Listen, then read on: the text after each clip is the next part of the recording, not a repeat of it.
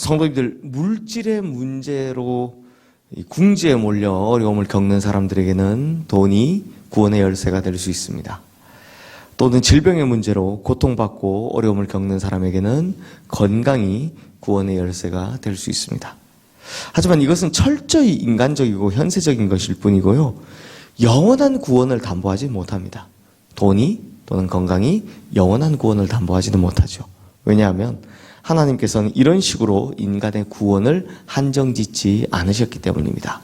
돈이 모든 것을 구원하고 또는 건강이 모든 것을 구원하고 그렇게 만들지 않으셨기 때문이죠.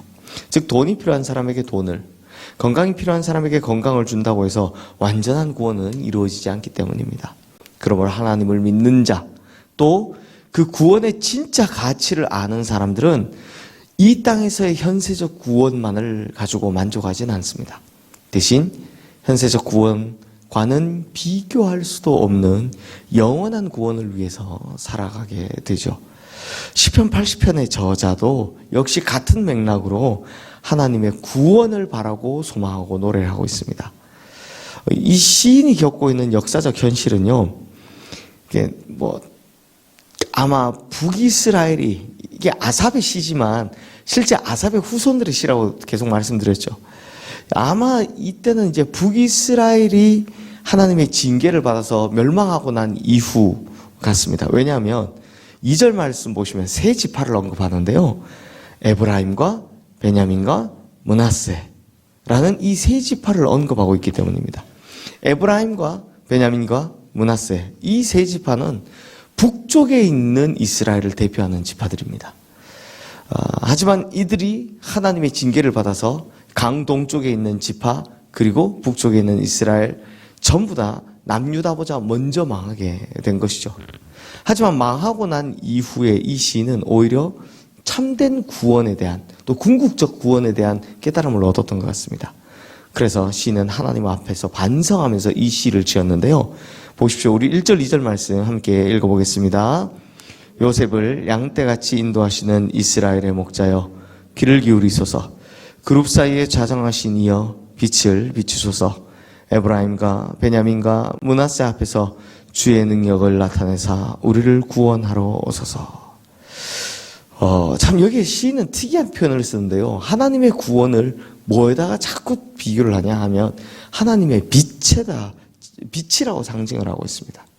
하나님의 빛을 비추는 것이야말로 구원이다라고 이야기하는 거죠. 그리고 같은 어조로 노래를 하는데요, 우리 3절 말씀도 함께 읽어보겠습니다.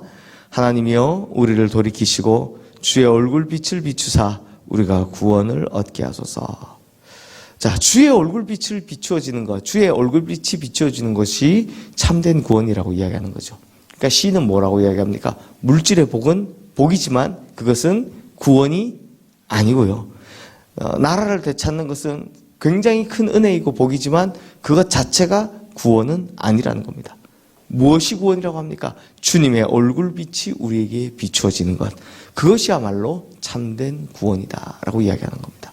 7절 말씀도 그렇습니다. 우리 함께 읽어보겠습니다.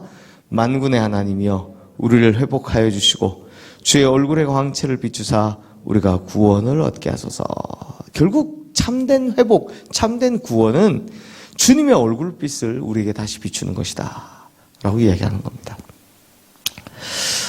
그렇습니다. 성도님들, 사실 하나님께서 우리를 향해서 하나님의 얼굴을 돌리지 않고 계속해서 그 얼굴빛을 비추고 계시다면, 그래서 하나님의 백성들에게, 우리에게 정말 하나님의 얼굴빛이 딱 고정되어 있다면 우리는 하나님께서 주시는 징계나 고난도 충분히 이길 수 있고요, 또 하나님의 침묵도 견딜 수 있는 법입니다. 왜냐하면 결국에는 우리가 하나님의 빛 안에 있기 때문입니다.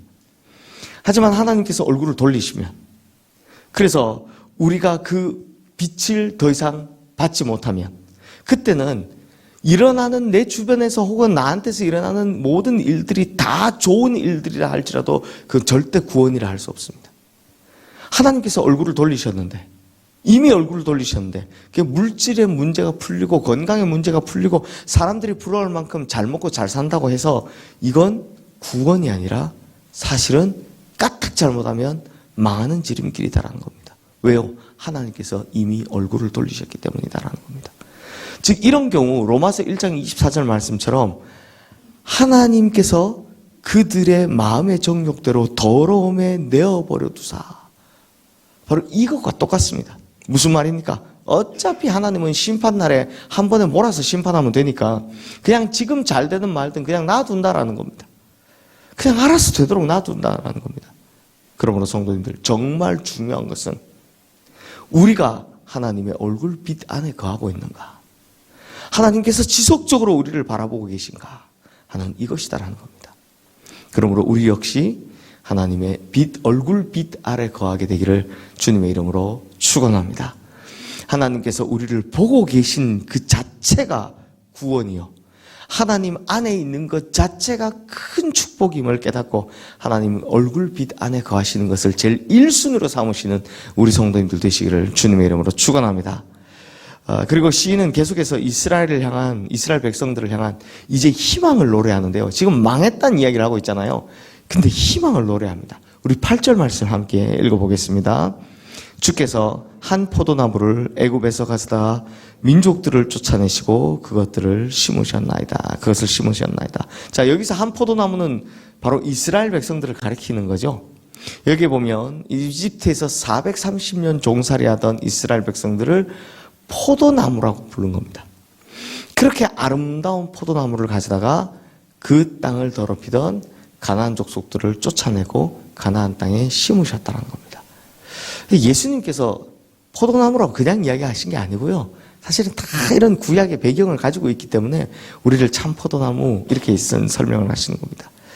그뿐만 아닙니다. 그 땅에 심겨진 포도나무가 어떻게 됐냐? 번영을 이뤘습니다. 우리 9절 말씀 보십시오. 거기 보면 주께서 그 앞서 가꾸셨으므로 그 뿌리가 깊이 박혀 땅에 가득하며, 그렇게 뿌리가 깊이 박히고 땅에 가득한 포도나무는 많은 열매를 맺었습니다. 얼마나 좋았습니까? 하지만 문제가 생겼습니다. 뭐냐? 그 포도나무가 교만해진 겁니다. 더 이상 주인을 따르지 않고 심지어 주인의 은혜를 잊어버린 채 교만하고 오만해졌습니다. 그래서 이 포도나무는 맺는 수많은 열매가 자기가 잘해서 맺은 열매다라고 착각하기 시작하는 겁니다. 그래서 하나님께서 당연히 그들을 징계하시는데요. 우리 12절 13절 말씀, 그들의 징계를 한번 보겠습니다. 주께서 어찌하여 그 담을 허시사 길을 지나가는 모든 이들이 그것을 따게 하셨나이까? 숲속의 멧돼지들이 상이하며 들짐승들이 먹나이다. 이게 숲속의 멧돼지, 들짐승, 이게 다 바로 이방 족속들이죠. 주변 나라들이죠. 이제 그 좋던 포도나무였던 이스라엘이 이방인들에게 완전히 유린당하는 지경에까지 이르게 되었다는 겁니다. 하지만 성도님들, 중요한 건 이제부터죠. 이스라엘이 완전히 망했음에도 불구하고 이 시인은 여전히 희망을 노래합니다. 소망을 노래합니다. 왜냐하면 나무의 뿌리가 아직 살아있기 때문이다 라는 겁니다. 열매가 유린당하고 가지가 꺾이고 부러진다 한들 나무의 원뿌리가 살아있으면 아직 희망이 있는 거 아니겠습니까? 다시 자랄 희망이 있는 거 아니겠습니까? 그 뿌리가 뭐겠습니까? 바로 하나님입니다. 하나님께서 얼굴을 아직 돌리지 않으셨다는 겁니다. 자, 앞서 제가 하나님의 얼굴 계속 이야기했는데 바로 여기입니다. 하나님의 얼굴빛이 아직 꺼지지 않았다는 겁니다. 하나님의 징계가 그들에게 임한다 해도 아직까지 이스라엘은 하나님의 얼굴빛 안에 거하고 있다는 겁니다. 그러므로 성도님들, 우리 역시 하나님께 징계를 받았다 해서 혹은 고난을 받는다 해서 구원받지 못한다고 생각할 이유가 전혀 없습니다. 혹 내가 진짜 잘못해서 하나님께 벌을 받는다 해도 우리가 구원받지 못한다는 생각을 할 필요가 전혀 없습니다. 왜요? 중요한 것, 하나님의 얼굴빛은 여전히 우리를 향하고 있기 때문입니다. 우리가 하나님의 얼굴빛 안에 있기만 하면 우리는 여전히 구원의 자리에 설 수 있는 겁니다. 그러니 성도님들, 이 시인의 표현에 의하면 나라를 잃는 것보다, 물질을 잃는 것보다, 건강을 잃는 것보다 더 위험한 일은 하나님께서 우리에게 얼굴을 돌려버리시는 겁니다. 그러니 우리 성도님들, 어떤 일을 당해도 무조건 주님의 얼굴빛 안에서 살아가게 되시기를 주님의 이름으로 축원합니다. 그러면 나머지는 하나님께서 차츰차츰 다 알아서 해결해 주실 것입니다. 설령 현실 세계에서 그렇지 않다 할지라도 영원한 구원이 반드시 우리에게 임할 줄로 믿습니다. 그러므로 우리 성도님들 무조건 하나님의 얼굴빛 안에 구하는 것을 1순위로 삼고 살아가시는 우리 성도님들 되시기를 주님의 이름으로 축원합니다. 이 시간 오늘 주신 말씀 기억하며 함께 기도하겠습니다.